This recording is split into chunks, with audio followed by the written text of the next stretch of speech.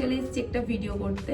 Actually তোমাদের সঙ্গে আমার কিছু শেয়ার করার ছিল যে পুনেতে আসার পরে তোমরা রীতিমতো জানোই যে এখানকার জল আবহাওয়া একদমই ভালো নয়, মানে আবহাওয়া ভালো ভুল হবে, জলটা একদমই ভালো নয়, যে কারণের জন্য চুলের বিভিন্ন রকম ড্যামেজ হয়, স্কিন প্রবলেম হয়, বিভিন্ন কিছু হয়। তো সেই জন্য ভাবলাম একটুখানি চুলের হেয়ার কেয়ার তো করাই যায়। তো এটা যদিও 15 দিনে একবার করা উচিত, বাট আমার এই কদিনে একদমই টাইম হয়নি, তাই জন্য আমি ফার্স্ট টাইম করছি। বাট মাসে একবার অন্তত করতেই হবে। তো সেই জন্য আজকে আমি করবো একটুখানি হার্বাল মেহেন্দি হেয়ার কালার। এই যে এটা অ্যাকচুয়ালি দাদা অর্ডার দিয়েছিল অনলাইনে, তো সেইখানে আমি বাড়ি থেকে আসার সময় নিয়ে এসেছি, বাট সেই থেকে এখনো পর্যন্ত আমার করা হয়ে ওঠেনি চুলে। তো তাই জন্য ভাবলাম চলো এটাকেই আজকে ট্রাই করি চুলে, আর চুলটাও দেখি কিরকম চেঞ্জেস আসে। অলরেডি চুলটা দেখছি পুরো একদম ঝাড়ু ঝাড়ু মতন হয়ে, দেখছো একদম পুরো রাফ হয়ে গেছে। আর ড্যামেজ তো অবভিয়াসলি হয়েছে, তোমাদেরকে তো আগে আমি বলেইছি, আমি যখন হেয়ার কাটিং করি তখন তোমাদেরকে বলেছি যে চুলটা প্রচণ্ড পরিমাণে রাফ হয়ে গেছে, চুল ছিঁড়ছে, যে কারণ যেন আমার চুল স্ক্যাল্প থেকে উঠে আসছে না, চুল চিরুনি দিয়ে আঁচড়ালেই মাঝখান থেকে ব্রেকেজ হয়ে যাচ্ছে। তো সেই কারণের জন্যই অ্যাকচুয়ালি আমি হেনাটা করছি। তো দেখি এটার জন্য কোনো হেয়ার মানে চুলে কোনো ডিফারেন্স আসে কিনা। তো চলো ঝটপট করে এটাকে আগে গুলে নিই। তো সবার ফার্স্ট আমার হেয়ার অ্যাকর্ডিং আমি এতে হেনাটা পাউডারটা আর কি ঢেলে নেবো একটা বাটিতে। তো বেসিক্যালি এটা মেটালের ধাতুতে, মানে কোনো ধাতুর বাটিতে না ঢালাই ভালো, কোনো কাঁচের বা কড়ির বা প্লাস্টিকটাও না হলে ভালো, কাঁচের বা কড়ির বাটি হলে সব থেকে বেটার হয়। তো আমার হেয়ার অ্যাকর্ডিং আমি এতটা মতনই নিয়েছি, আর একটু লাগবে। তো এবারে এর মধ্যে আমি কি করব, সামান্য সামান্য করে গরম জল দেবো, একসঙ্গে বেশি দেবো না, কারণ বেশি দিলে পুরো পাতলা হয়ে যাবে। তো আমি এটাতে অল্প অল্প করে একটু গরম জল দেবো, আর এটাতে গোলা শুরু করবো, একদম এটা একটা ক্রিমি টেক্সচার চলে আসবে। তো অনেকে কি করে এটা করার সময়, মানে এই জিনিসটা গোলার সময় অনেকে চা বা কফি দিয়ে দেয়, মানে এই যে জলটা আমি গরম জল দিচ্ছি এটার বদলে অনেকে চা বা কফি দিয়ে করে। তো আমার কাছে এখন চাও নেই, আর আমি কফি ইউজ করি না, কারণ এটাতেই অলরেডি একটা গাঢ় কালার চলে আসবে, তো এরপর কফি দিলে আরও লাল লাল মতন হয়ে যাবে। তো সেই কারণের জন্য আমি কফিটা অ্যাভয়েড করি, বেসিক্যালি চাটাই দিই আমি, বাট চাটা এখন নেই বাড়িতে। তো এই যে এটা দেখছো আমি কিন্তু একদম পুরো ঘন মতন করেছি, আসলে এতটাও ঘন না, একটু সামান্য পাতলা মতন করেছিলাম, করে রেখে দিয়েছি 2 ঘন্টা। রেখে দেওয়াতে এটা ঠিক এইরকম টেক্সচার এসছে, একটা ক্রিমি মতন। তো এটা ওভারনাইট রেখে দিলে খুবই ভালো হয়, বাট আমি মানে টাইম পাইনি, কালকে রাত্রে ভিজিয়ে দেবো, অ্যাকচুয়ালি আমার মনে ছিল না, টাইম পাইনি বলা ভুল হবে, আমার কালকে রাত্রেবেলা ভিজিয়ে দেওয়া রাখবো আমি একদম মনে ছিল না। তো সেই জন্য আমি এটা সকালেই ভিজিয়ে রাখলাম। তো 2 ঘন্টা পার হয়ে গেছে, এটা একটা মানে একটু পাতলা মতন করেছিলাম, এটা একটুখানি ক্রিমি মতন টেক্সচার চলে এসছে। এই যে এবার এটাকে আরও খানিকক্ষণ একটু ফেটাবো, ফেটিয়ে নিয়ে তারপরে এর মধ্যে আমি টক দই অ্যাড করবো।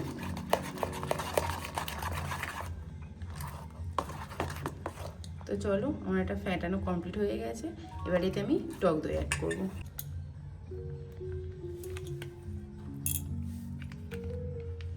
তো এর মধ্যে আরও আমি লেবু বা অন্য কিছু অ্যাড করতে পারি, বাট যেহেতু আমি এটাতে টক দই দিচ্ছি, এটাও টক জিনিস, সেই কারণের জন্য আমি লেবু অ্যাড করছি না এর মধ্যে, কারণ বেশি টক দিলে না চুলটা আবার একটু রাফটা একটু বেশি হয়ে যায়। অনেকে মনে করে যে টক দই লেবু সব কিছু একসাথে দিয়ে দিলে বুঝি বেশি কাজ হবে, কিন্তু লেবু আলাদাভাবে তুমি ইউজ করো, টক দই আলাদাভাবে ইউজ করো, কিন্তু দুটোকে একসঙ্গে ইউজ না করাই বেটার। যদি পারো তো এর মধ্যে একটা ভিটামিন ই ক্যাপসুল দিয়ে দিতে পারো, সেটা কিন্তু অনেক কাজে দেবে। চলো এবার এটাকে একটু ভালো করে ফেটিয়ে নিই। এটাকে আমি একটু ঘন করেছিলাম কেন দেখলে তো, যে এই জিনিসটা মানে টক দইটা যখন এর মধ্যে যাবে তখন অলরেডি এটা আরও স্মুথ হয়ে যাবে, আরও পাতলা হয়ে যাবে। কিন্তু বেশি পাতলা করলে কিন্তু আবার চুলে লাগাতে গেলে তখন একদম টোপে টোপে পড়বে, সেই কারণের জন্যই আমি এটা করলাম। অলরেডি কতটা পাতলা হয়ে গেছে দেখছো, সেই জন্যে আমি একটুখানি ঘন করে করলাম, যাতে টক দইটা দেওয়ার পর এটা এরকম পাতলা টেক্সচার চলে আসে। এটা এবার মাথায় লাগাতে বেশি সুবিধা হবে। এর মধ্যে আমি 2 চামচ মতো নারকেল তেল অ্যাড করেছি, তোমরা মাথায় যে তেল ইউজ করো সেই তেলটাই দিয়ে দেবে তোমাদের হেয়ার অ্যাকর্ডিং। তো চলো আমার এটা তো রেডি, এবার আমি এটা ঝটপট করে মাথাতে লাগিয়ে নিই। তো দেখো আমি হাতে দুটো প্লাস্টিক জড়িয়ে নিয়েছি। অ্যাকচুয়ালি গ্লাভস পরলে বেটার হয়, বাট আমার কাছে গ্লাভস নেই, সেই কারণে প্লাস্টিক জুগাড়ু আইডিয়া আর কি। চুলটাকে আমি ভালো করে আগে ছাড়িয়ে নিয়েছি, নিয়ে দুদিকে দুটো পার্ট করে নিয়েছি। এবারে পিঠে একটা গামছা দিয়ে নিই।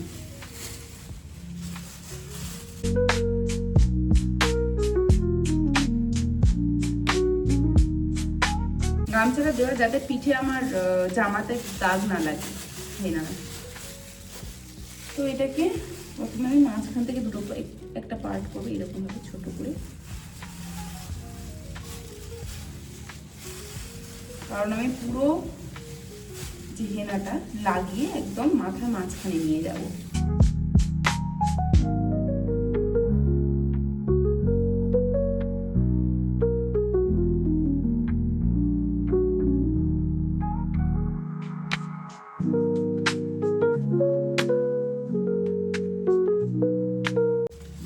লাগিয়ে নিয়ে এবার এটাকে আমি ভালো করে আঁচড়ে নেব, যাতে সমস্ত চুলে সমানভাবে এটা লেগে যায়।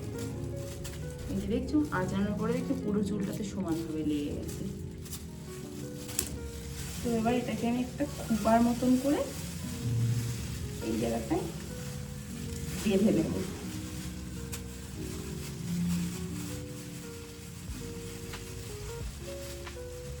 ব্যাস, আর সামান্য একটুখানি হাতে নিয়ে এই খোঁপাটা চারপাশে দিয়ে দেব, যাতে এটা সুন্দরভাবে এখানে সেট হয়ে থাকে। এক এক করে পার্ট বাই পার্ট নেব আর ওই খোঁপাটার সঙ্গে যোগ করব।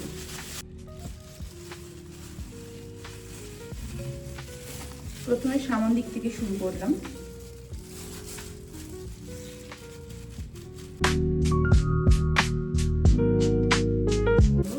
সামনটা লাগিয়ে এই জিনিসটাকে এইভাবে ঘুরিয়ে এর সঙ্গে জয়েন করে দেবো, আর আবারও মুখের কাছে একটুখানি দিয়ে দেবো যাতে এটা খুলে না যায়। ব্যাস, দেখলে এইভাবে পার্ট পার্ট করে একটুখানি করে নেব, পিছন দিক থেকে সামনের দিক থেকে একটু একটু করে পার্ট পার্ট করে নেব, নিয়ে পুরো চুলটাতে আমি অ্যাপ্লাই করে নেবো। তো চলো ঝটপট করে পুরোটাকে আগে লাগিয়ে নিই মাথায়। তো এই যে দেখছো আমারটা লাগানো হয়ে গেছে, আর আমি এর উপরে মাথাতে যে ক্যাপটা লাগাই সেই ক্যাপটা হচ্ছে কি আমার মানে লাগিয়ে দেখলাম ওটা ছোট হচ্ছে, যেহেতু আমি পুরো চুলটা উঁচু করে একেবারে মাথার উপরে দিয়েছি ওই শিবের জটার মতন আর কি, তো সেই জন্য ওটা ছোট হচ্ছে বলে আমি একটা প্লাস্টিক নিয়ে পুরোটাতে ভালো করে আটকে নিয়েছি। বেসিক্যালি এটা দেওয়া কেন, যাতে বাইরের হাওয়া বাতাস বা ধুলো চুলে না লাগে, আর এটা আরও একটা কারণে দেওয়া যাতে চুলটা তাড়াতাড়ি শুকনো না হয়ে যায়। অ্যাকচুয়ালি তাড়াতাড়ি শুকনো হয়ে গেলে কী হবে বলো তো, ওই চুলে যে শুকনো হওয়ার পরে যখন তুমি ধোবে তো চুলটাকে সেই ড্রাই ফিল্ড হবে, মানে যে স্মুথটা করার জন্য আমার চুলেটা অ্যাপ্লাই করা সেটা কিন্তু হবে না। তো সেই কারণের জন্য প্লাস্টিকটা আমার লাগানো মাথায়। আমি হাতে প্লাস্টিক জড়িয়ে করতে গিয়ে আমার কি অবস্থা হয়েছে দেখো, চারিদিকে সব কালার হয়ে গেছে। এই যে দেখছো, এই এমনকি আমার মুখেও হয়েছে এখানটায়, তোমরা হয়তো এখন বুঝতে পারছো না। এই সাইডে এই যে দেখো, দেখছো পুরো মানে কালার ভর্তি হয়ে গেছে হাতে, এখানেও এই যে এখানটায় এই যে।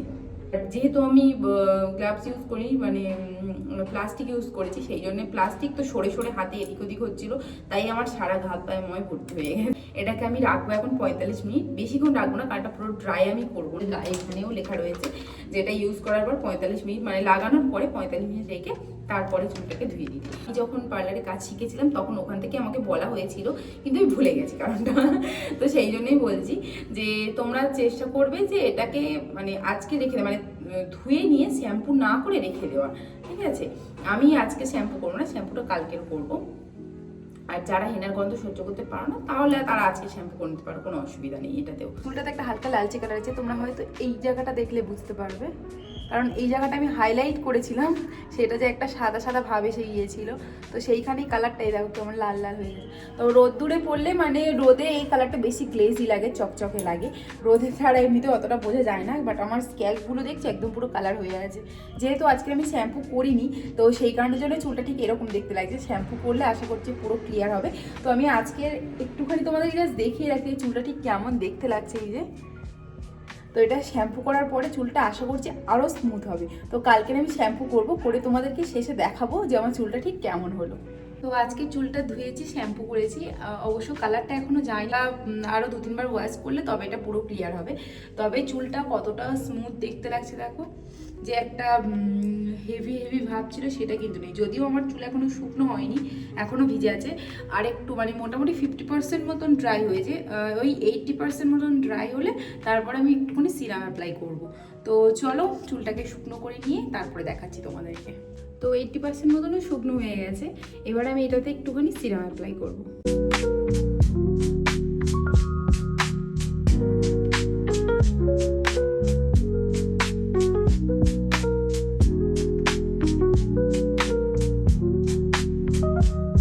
তো দেখতেই পাচ্ছ চুলটা কি সুন্দর একটা শাইনি ভাব এসছে।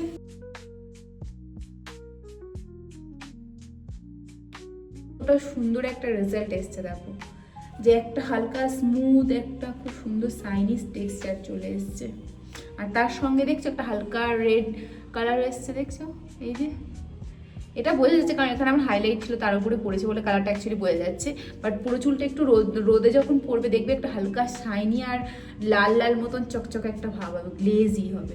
আর এটা যদি কন্টিনিউ করতে পারো তাহলে সব থেকে ভালো হবে কি বলো তো, চুলের যে গোড়াটা তো মজবুত হবেই, তাছাড়া যে চুল ছিঁড়ে যাওয়া, চুল উঠে যাওয়া সেই প্রবলেমটা অনেকটা সলভ হবে। চলো ভিডিওটাকে তাহলে আজকে এখানেই শেষ করছি, দেখা হবে আবার পরের অন্য কোনো একটা ভিডিওতে। আর আমার এই টিপসগুলো তোমাদের কেমন লাগলো তাহলে সেটাও অবশ্যই কমেন্ট করে জানিও। দেখা হবে অন্য কোনো একটা ভিডিওতে। Bye bye.